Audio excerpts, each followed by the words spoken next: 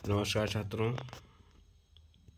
ये पेपर जो आपके सम्मुख है ये पेपर पहले जब पूर्णतः मेजर और माइनर नहीं था तब प्रथम पेपर जिसका नाम मध्यकालीन काव्य था उसमें भी वस्तुनिष्ठ प्रकार के प्रश्न परीक्षा में आते थे। अब ये बात मैं आपको यहाँ इसलिए कहना चाह रहा हूँ क्योंकि पेपर का स्वरूप एकदम वैसे ही है, कोई परिवर्तन नहीं है। हाँ, इसमें कुछ प्रश्न ऐसे आएंगे जो आपके काम के नहीं होंगे, उनको मैं चिन्हित करता जाऊंगा, लेकिन जो प्रश्न आपकी परीक्षा के लिए अति महत्वपूर्ण हैं माइनर में, कृपया उन प्रश्नों पर लेखनी या नोट्स अवश्य बनाइएगा। हमारी मुलाकात जब भी होगी हम इस पर बात करेंगे, पर बीए के सभी छात्र और अन्य परीक्षाओं में अगर आप तैयारी करते हैं तो इन प्रश्नों को आप देखिए और आप समझने का प्रयास करिए कि आप कहाँ पर हैं। और नए बच्चे जो बीए के हैं, जो अभी माइनर की परीक्षा देंगे, वो छात्र बड़ी गहनता के साथ इसको अपने नोट्स में भरते जाएं। कुछ के उत्तर मिलेंगे, कुछ के उत्तर नहीं मिलेंगे। चलिए आगे चलते हैं।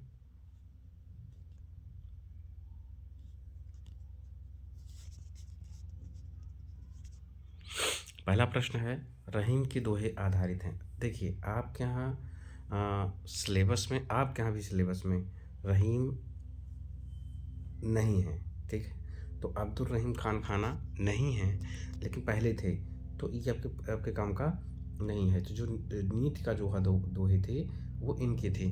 वात्सल्य पर जो है सूरदास आते हैं, भक्ति तो भक्ति काल के सारे लोग आते हैं, श्रृंगार पर बिहारी हैं, बहुत सारे लोग लिखते हैं, ठीक है।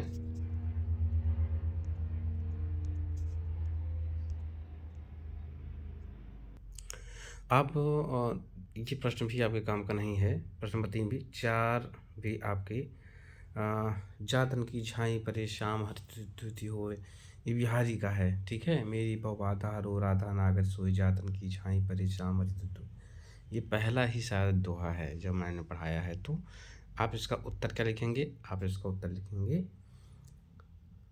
हरित द्युति होए, श्याम क्या हो जाते हैं? प्रसन्न हो जाते हैं, ठीक है। हरा भरा भी होना होता है, शस्य श्यामला होना भी होता है, और हरा रंग भी होता है, ठीक है।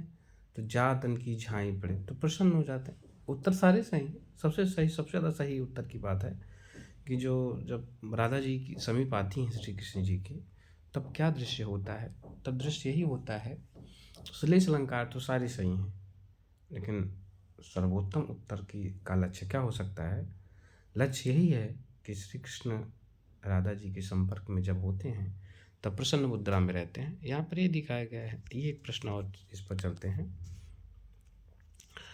ये वाला प्रश्न जो है, हिंदी साहित्य के इतिहास में उत्तर मध्यकाल को अन्य किस नाम से जाना जाता है? उत्तर मध्यकाल, पहली चीज़ तो जान लीजिए, उत्तर मध्यकाल किसने कहा है? उत्तर मध्यकाल जो कहा है वह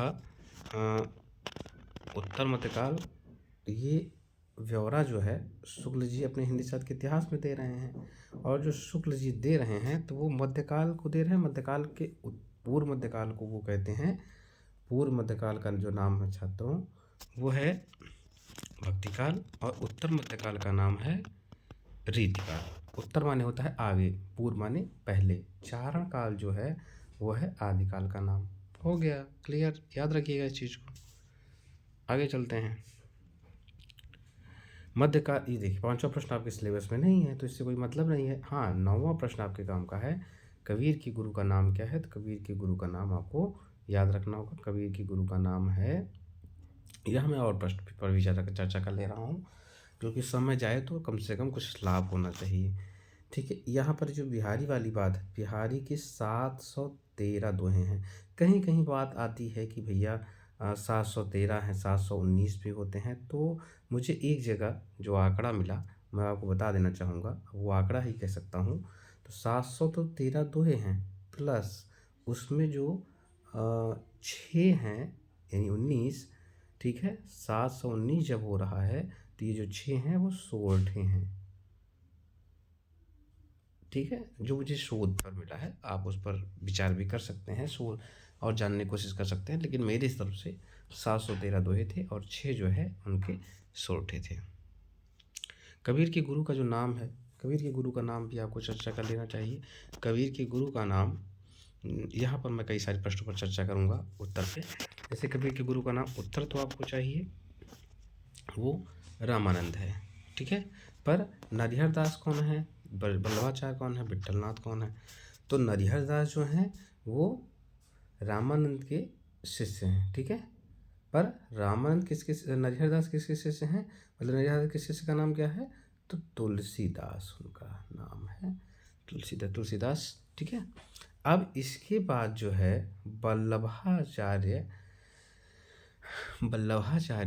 के जो किस परंपरा के हैं? ऊपर के तो हैं तो सभी वैष्णव परंपरा के, लेकिन ये जो है राम को, इसमें भी रामानंद राम को मानते हैं, नरिहर दास भी राम को मानते हैं। पर वल्लभाचार्य और विट्ठलनाथ श्री कृष्ण संप्रदाय से आते हैं, सगुण के कृष्ण संप्रदाय से आते हैं। तो वल्लभाचार्य शुद्धाद्वैतवाद संप्रदाय के, और इनके शिष्य का जो नाम है, इनके शिष्य और पुत्र दोनों हैं विट्ठलनाथ। याद रखिएगा, बस हो गया इसमें। ये प्रश्न नंबर 6 पर मैं आता हूँ। हिंदी साहित्य के किस काल को स्वर्ण युग कहा जाता है? प्रश्न आया है, आएगा भी, उस दृष्टि से मैं आपको दिखा दे रहा हूँ। स्वर्ण युग जो है वो भक्ति काल को कहा है। यहाँ एक प्रश्न मैं बड़ी परीक्षाओं के लिए बताना चाहूँगा। ये जो भक्ति काल है, पहली बार जो है ग्रियर्सन जो है इस बात को कहते हैं कि भक्ति काल जो है वो हिंदी साहित्य का स्वर्ण युग है। और ये बात हिंदी में नहीं कहते हैं, वो अंग्रेजी में कहते हैं। तो इसलिए इज अ ड्रीमेस्ट बेस्ट, ठीक है। और जायसी किस परंपरा के कवि हैं? जायसी देखिए बहुत सारी परंपराएं दी गई हैं, तो सब पर भी चर्चा कर लेता हूँ मैं। सबसे पहले उत्तर देख लेते हैं। जायसी जो है प्रेमाश्रय काव्यधारा के हैं, इन्हीं के हैं। कुतुबन हैं, ठीक है, चंदायन हैं, ईश्वरदास हैं, मुल्ला दाऊद हैं, ये सब आप याद रखिएगा। आप पूछा जा सकता है, उसमें पूछा जा, ग्रुप में रख देगा इसमें विकल्प में कौन नहीं है, तो उसमें आपको कृष्णाश्रय, अभी तो मैंने कुछ देर पहले ही बताया, वल्लभाचार्य हैं, विट्ठलनाथ हैं, कुंभन दास हैं, नंददास हैं, कृष्णदास हैं, परमानंद दास हैं, सूरदास हैं, ठीक है, मीराबाई हैं, रसकान है, ये सब कृष्ण संप्रदाय के थे। आगे चलते हैं। ज्ञानाश्रय को एक का एक नाम है छात्रों, संत काव्य धारा, ठीक है। संत काव्य धारा यानी कबीर, ठीक है, कबीर हैं, और गुरु नानक जी हैं, और बताइए, रैदास हैं, और अक्षरानंद हैं, और मलुकदास हैं, और दादू दयाल हैं। ऐसे ही आप याद रखिए। रामाश्रय शाखा के तुलसी जी हैं, ठीक है, और रामानंद स्वयं हैं, और आपसे पूछा जा रहा है, और जो है अग्रदास आप लिख सकते हैं। इसके बाद इसमें कई सारे कवि आते हैं, इनकी चर्चा आप देख सकते हैं, ठीक है। आगे प्रश्न में चलते हैं। यहाँ पर 7वां प्रश्न आपके काम का नहीं, उत्तर चाहो तो मैं दे सकता हूँ। जिन मानस तय देवता करत न लागी बार, गुरुदेव ऐसा है, यानी कि सदगुरु की महिमानत अनंत किया उपकार, लोचन अनंत गाड़िया। तो इसमें से सदगुरु की महिमानत अनंत की दिखावनहार, जिन मानस तय देव, ऐसे कुछ कोई लाइन है, याद नहीं आ रही है, तो देवगुरु जी के लिए कहा गया है। जायसी की रचनाओं में किस शैली को स्पष्ट किया गया है? जायसी की जो है सीधा सा भैया, उसका उत्तर बहुत दिमाग मत लगाओ, मसनवी शैली से इसका उत्तर आप ढूंढ लो। फारसी शैली नहीं है, अरबी शैली भी नहीं है, पाश्चात्य शैली भी नहीं है, छोड़ दीजिए। आगे चलते हैं। ये आ गया। लंका कांड अन्य किस नाम से जाना जाता है? तो आप ये देखेंगे कि रामचरितमानस में लंका कांड नहीं है। तो लंका कांड की बात आती क्यों है? जब है नहीं तो क्यों आती है? तो बार बार आप कहते हैं कि लंका गए थे। तो लंका कांड जो है वो किस में आती है, ठीक है। अब देखिए, रामचरितमानस लंका कांड है कि नहीं है, अब देखिएगा। अरण्य कांड आता है, किष्किंधा कांड आता है, सुंदर कांड आता है, उसके बाद क्या आता है? उसके बाद लंका का अरण्य कांड खत्म हो गया, युद्ध कांड के रूप में जाना जाता है वो, ठीक है, जहाँ पर युद्ध हुआ, और लंका कांड है उसमें। और ये जो है आपको मिलेगा आदिकवि वाल्मीकि की रचना में, ठीक है, आप वहाँ पर देख लीजिएगा, ये बात आपको मिल जाएगी। वन कांड को ही अरण्य कांड, यानी ये दोनों कांड एक हैं और युद्ध कांड ही जो है वो लंका कांड है। बस।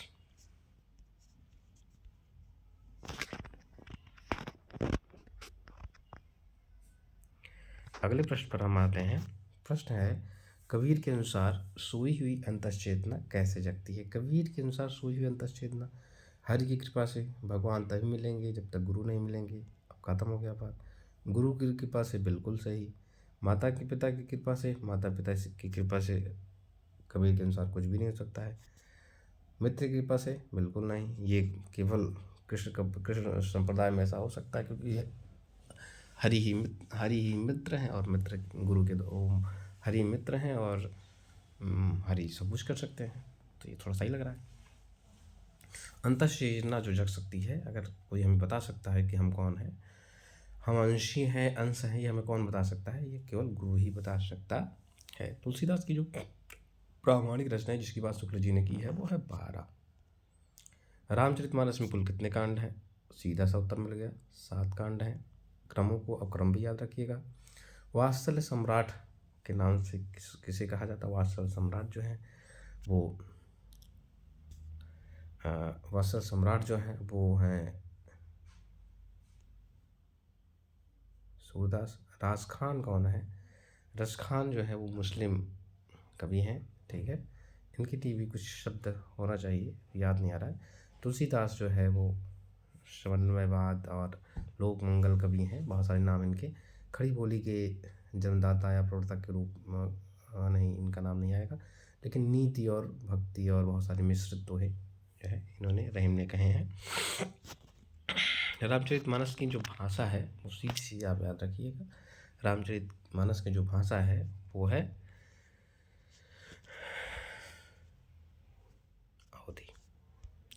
अवधी भाषा है। और सूरदास वात्सल का कोना कोना झाँकाए हैं, उक्त कथन किसका है? अगर रामचंद्र शुक्ल हों, ज़्यादातर पंक्तियों में आप लगाते जाइए, रामचंद्र शुक्ल हैं। इसके बाद आगे चलते हैं। सूर की भक्ति किस प्रकार की है? मैंने भी कुछ क्षण पहले ही आपको बताया, सूर की जो भक्ति है वो सख्य भाव की है। याद रहे, दाम्पत्य भाव का कहीं पर भी नहीं है। दास्य भाव जो है वो राम काव्य धारा में है। माधुर्य भाव जो है वो भी जो है आपको कृष्ण संप्रदाय में ही मिलेगा, पर सख्य भाव अधिक सही है। तुलसी के बैरों में कुल कितने छंद हैं? ये आप नोट कर लीजिएगा। इसमें से एक आपको ढूंढना पड़ेगा, आप ढूंढिएगा, मुझे बताइएगा, कमेंट करिएगा। कविता करके तुलसी न रसे, कविता लसी ब तुलसी की कला, ये जो लाइन है ये आपको मैं बता देना चाहूँ, ये हरदास उपाध्याय हरिऔध की तुलसीदास के लिए बात कही गई है, ठीक है। यानी कविता जो है, कविता करके तुलसी अत्यधिक लाभान्वित नहीं हुए, जबकि कविता जो है तुलसी जो को प्राप्त करती है तो वो लाभान्वित होती है, महान होती है, ऐसा कुछ इसका मतलब निकलना चाहिए। और महात्मा बुद्ध के बाद सबसे बड़ा लोकनायक कौन हो सकता है? तो भैया तुलसीदास जैसा लोकनायक कोई नहीं हुआ है। केशव कठिन काव्य के प्रेत हैं। कबीर को तो समझ लीजिए कि शुक्ल जी कभी मानते ही नहीं हैं। कुंभन दास जो है वो कृष्ण संप्रदाय के हैं और अष्टछाप के सबसे बड़े कवि हैं। कुछ चीज़ें मैं ऐसे बोल रहा हूँ तो उसको याद करते जाइए या तो लिखते जाइए। और आयो घोष बड़ो व्यापारी आपके यहाँ पद भी है। सूरदास ने किसे व्यापारी कहा है? तो भैया सूरदास ने उद्धव जी को कहा, जिन्होंने गोपियों से संवाद किया और गोपियाँ गुस्से में उनको आकर के उपालंब देती हैं। सूर सूर तुलसी शशि उड़गन केशवदास, ठीक है। सूर सूर तुलसी शशि उड़गन केशवदास। सूरदास जो है, सूर जो है सूर्य हैं, चंद्रमा जो है तुलसीदास हैं, और उड़गन यानी कि उड़गन माने होता है नक्षत्र हैं, ठीक है, जो चमक करके समाप्त हो जाते हैं, उस तारे के समान जो है, पुच्छल तारे के समान केशवदास है, ये बात इसमें कही गई है। और कबीर को वाणी का डिक्टेटर किसने कहा? वाणी का जो डिक्टेटर है वो भैया हजारी प्रसाद द्विवेदी जी कहते हैं। इनके हिसाब से कबीर ने जो है भाषा को ऐसी तरह निचोड़ कर रख दिया है कि भाषा उनके पीछे दुम दुबा करके चल रही है, ठीक है, क्योंकि इनकी रचना भी कबीर वाली है एक रचना। और मानुष प्रेम भयो बैकुंठी, ये बात कहाँ कही गई है? तो आप इसको स्वयं ढूंढ कर मुझे बताइएगा। शायद इसमें हो, शायद इसमें हो। ठीक है, इन दोनों में तो नहीं है, दोनों से आप ढूंढ लीजिएगा, मुझे बताइएगा। पद्मावत का रचना काल, ये मैंने आपको पढ़ाया है, आप मुझे बताइए कि पद्मावत का रचना काल कब है। वैसे तो सही है, होना चाहिए, लेकिन मुझे हिजरी में बताइएगा। आप जो आपका काम है वो हिजरी में बताना है, आप मुझे हिजरी वाला बताइएगा।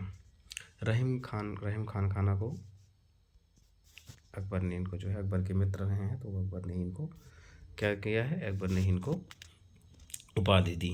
जैसे कि इस रचना में वर्णमाला में एक एक अक्षर को लेकर सिद्धांत संबंधित तत्वों का उल्लेख करते हैं, वो भैया आखिरी कलाम में। ठीक है,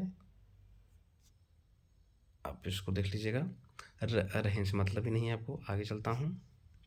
शुद्धाद्वैतवाद के प्रवर्तक जो है, अब यहाँ पर प्रवर्तक याद कर लें, मध्वाचार्य जो है, मध्वाचार्य भी आपको पता होना चाहिए, निम्बार्काचार्य भी पता होना चाहिए, बल्लवाचार्य पता होना चाहिए, रामानंद पता होना चाहिए। वैसे उत्तर इसका रामानंद है। आप क्लियर सबको करना पड़ेगा। इन नोट आपको जल्दी इस पर संप्रदायों पर मैं जल्दी चर्चा करूँगा आपसे। और भाषा बहुत पुरस्कृत और परिमार्जित न होने पर कबीर की उक्तियों में कहेंगे विलक्षण प्रभाव और चमत्कार है, प्रतिभा उनमें प्रखर थी, इसमें कोई संदेह नहीं। वैसे तो मैं इसका उत्तर अगर मैं देता तो आचार्य हजार शायद देता। अब आप देखता हूँ आप क्या देते हैं। कबीर किस शासक के समकालीन थे, तो यहाँ पर एक चीज़ मैं आपको बता देना चाहूँ। कबीर जो है वो सिकंदर लोधी के समकालीन थे। कबीर की वाणी का संग्रह बीजक कहलाता है, और ये कितने भागों में है, ये 3 भागों में है। उसका नाम क्या है, तीनों भागों का नाम जो है साखी शबद रामायणी नाम है, साखी शबद रामायणी नाम है। आगे चलते हैं। अष्टछाप, हाँ ये वाला प्रश्न आ सकता है। अष्टछाप किस मंदिर में कीर्तन सेवा करते थे? अष्टछाप के जो कवि थे, जो 8 कवि थे, कहाँ करते थे? तो श्रीनाथ जी का जो मंदिर है वो राजस्थान में है, यहीं पर क्या करते थे।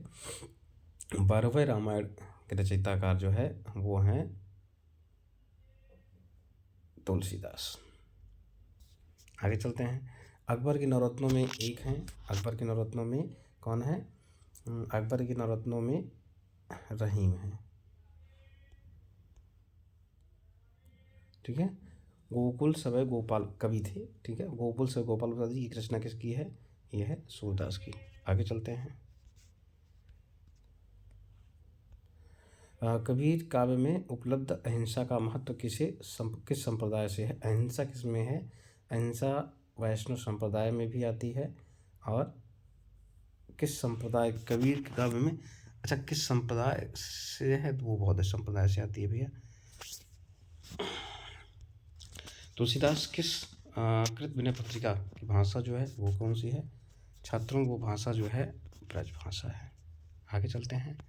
तुलसीदास का ज्योतिष ग्रंथ जो है वो रामाज्ञा प्रश्नावली है। आचार्य शुक्ल के अनुसार कबीर का राम नाम क्या है? कबीर का जो राम नाम है वो आता कहाँ से है? वो आता है वैष्णव संप्रदाय से। ठीक है, वैसे रामानंद से प्राप्त करते हैं, आप देख लीजिएगा। वैसे रामानंद इसमें उत्तर लगाइएगा आप। सूरदास में कृष्ण किस रूप को चित्रण किया है? सूरदास ने कृष्ण को लोक रंजक और जो है तुलसीदास ने राम को लोक रक्षक के रूप में किया है। याद रखिएगा। विनय पत्रिका में कुल कितने पद हैं? ये आपके काम का नहीं है, थोड़ा कठिन है, लेकिन ढूंढने में मिल जाएगा। मैं चाहूँगा तो इसको उत्तर दे सकता हूँ, बट ये आपके काम का नहीं है। चरण कमल बंदो हरिराई, ये भी आपके ये उस उद्देश्य से उदाहरण, ये आपने बहुत बार पढ़ा होगा। मुझे बिल्कुल इसको बताइएगा कि ये किस, इसमें कौन सा अलंकार है। ठीक है, यमक है, श्लेष है, उत्प्रेक्षा है। उत्प्रेक्षा तो नहीं होना चाहिए। ठीक है, शायद रूपक हो, आप देख लीजिएगा। वैसे मुझे लगता है कि रूपक है, लेकिन यमक भी हो सकता है। अगर 2 पद एक जैसे मिल रहे हैं और अगर श्लेष एक ही पद के कई अर्थ निकल रहे हैं तो आप देख लीजिएगा। बाकी अगर आप चाहें तो रूपक है। सूर को भ्रमर गीत का आधार किस ग्रंथ से प्रेरित किया है? सूरदास का जो है वो श्रीमद् भगवत गीता, श्रीमद् भागवत से है, लेकिन इसमें कुछ दिया नहीं गया है उत्तर, तो फिर महाभारत तो आएगा नहीं, श्रीमद् भगवत गीता ही लगा लीजिए। और सूरदास किस शासनकाल के समकालीन है? सूरदास जो है वो हैं अकबर के समय के। अष्टछाप कवियों में सूद के बाद सर्वाधिक ख्याति किसको मिली? वैसे ख्याति के रूप में तो आते हैं नंदास। ठीक है, ये जो आपके पास सेगमेंट्स हैं। मत्स्य कागज छुइयो नहीं, कलम गही नहीं याद, किसने कहा? कबीरदास ने कहा था। और कबीर की मृत्यु मगार में हुई, जिसे ही संत कबीरदास नगर कहा जाता है। और उद्धव को ब्रज भेजने के लिए कृष्ण को क्या उद्देश्य था? गोपियों को प्रबोधित करना और उद्धव का ज्ञान गर्व चूर करना, ये सही हो सकता है। और उद्धव की योग्यता को प्रमाण करना बिल्कुल गलत है, यही भी सही है। रसखान के दीक्षा गुरु कौन थे? ये भी आपको याद रखना चाहिए। रसखान के गुरु कौन थे, ये आप मुझे बताइएगा। वैसे तो विठलनाथ हैं, लेकिन आप देख लीजिएगा। गुरु सुआ जिह पंथ दिखावा, ये आपके लाइन काम की उस तरह से नहीं है, लेकिन इसका अर्थ जरूर बताना चाहूँगा। एक्चुअली ये लाइन जो है वो पद्मावत के लिए कही गई है, और पद्मावत के रचनाकार कौन है? जयसिंह हैं। आगे चलते हैं। निम्नलिखित में कौन से सगुण उपासक नहीं है? सगुण कभी नहीं है, कुछ ज्ञानाश्रयी शाखा के हैं, निर्गुण शाखा के हैं। ठीक है, भूषण आपके काम के नहीं है। और मैं अरु मोर तोर यह माया, ये लाइन भी देख लीजिएगा, आपके काम की नहीं है। कबहूँ अम्ब अवसर पाई, ये भी आपके यहाँ नहीं है। हिंदी का जो जातीय कवि किसे माना जाता है? वो हैं तुलसीदास हैं। आगे चल दीजिए। सूफी प्रेमाख्यानक काव्य परंपरा के प्रमुख रस, वो भैया शांत रस अगर दिया है तो एकदम सही होगा, बल्कि श्रृंगार भी उन्होंने रचा है, लेकिन शांत आप मान के चलिए। तुलसी को कलिकाल का प्रेमाख्यानक क्या आपने आसान, ठीक है। तुलसी का कलिकाल का वाल्मीकि किसने कहा है? तुलसी का जो कलिकाल का वाल्मीकि जो है आचार्य रामचंद्र शुक्ल ने कहा है। और नाभादास भी इस बात को कहते हैं। तो आप एक बार चर्चा करिएगा अपने दोस्तों के साथ, क्या उत्तर सही हो सकता है। पद्मावत में 12 मासा का महीना किस से प्रारंभ होता है? आषाढ़ से ही प्रारंभ होता है। काशी में तुलसी किस गुरु के पास रहकर विद्याध्ययन करते हैं किया? ये जो है शेष सनातन के पास अपनी बात रखते हैं, बाकी विवरण कई लोगों का आता है।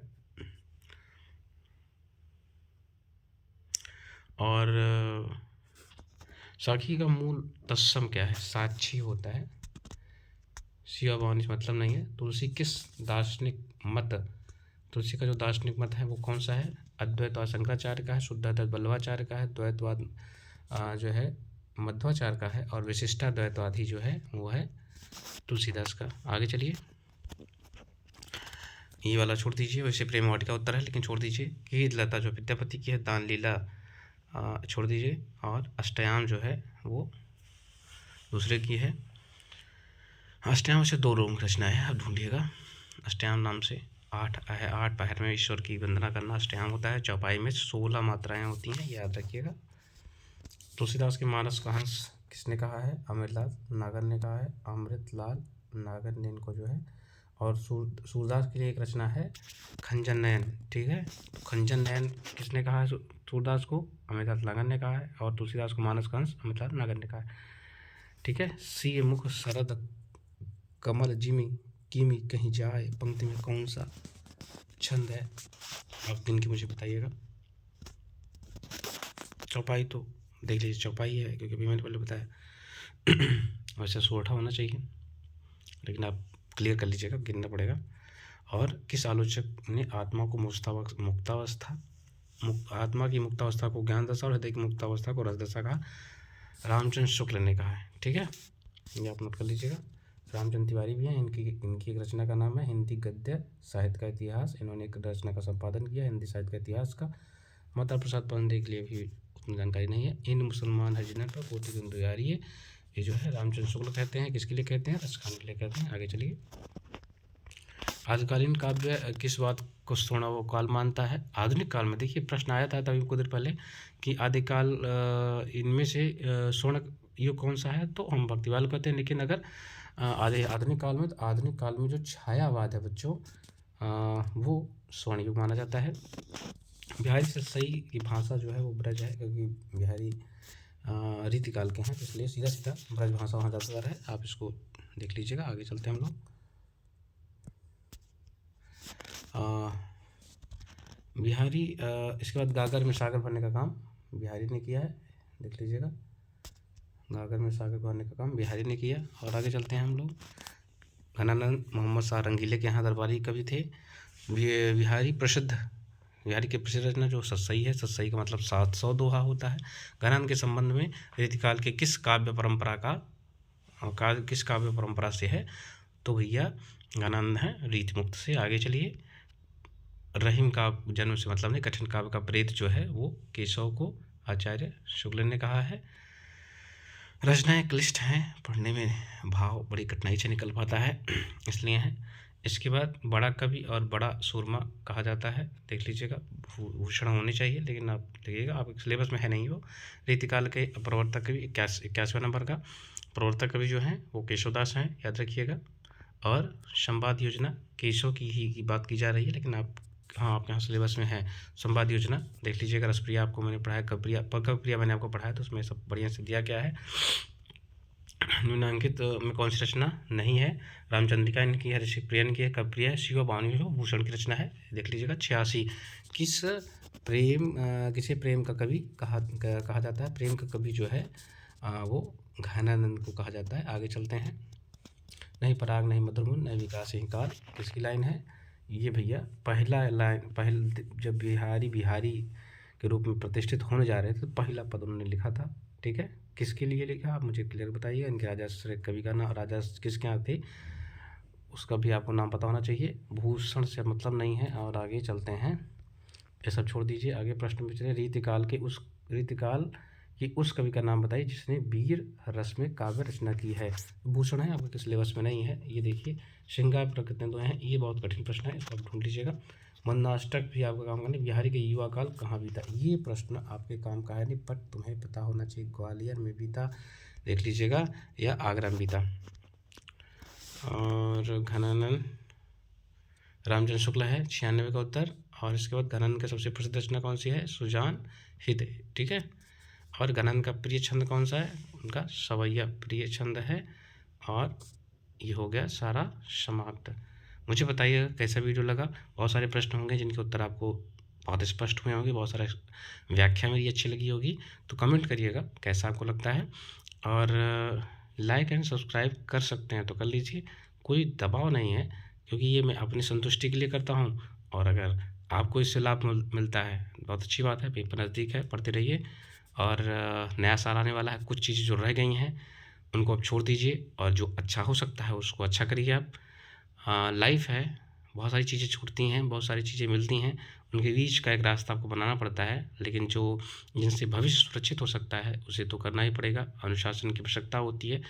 और सच बताऊं तो मोबाइल और अन्य चीज़ों से अनुशासन बन पाना थोड़ा संभव नहीं हो पा रहा है ना। जैसे आप परेशान हैं वैसे हम भी परेशान हैं, ज़्यादातर उन बातों के लिए हमें डांट खानी पड़ती है, हमें सुनना पड़ता है, अनुशासन की वजह से टूट जाता है। तो अभी अगर थोड़ा सा सुधारने की कोशिश किया जाए तो ज़्यादा अच्छा है। बाकी आप समझदार हैं, जहाँ भी आपको लगता है मुझे मैसेज करिए। और ये पेपर कैसा लगा आपको मुझे उत्तर दीजिएगा। नमस्कार।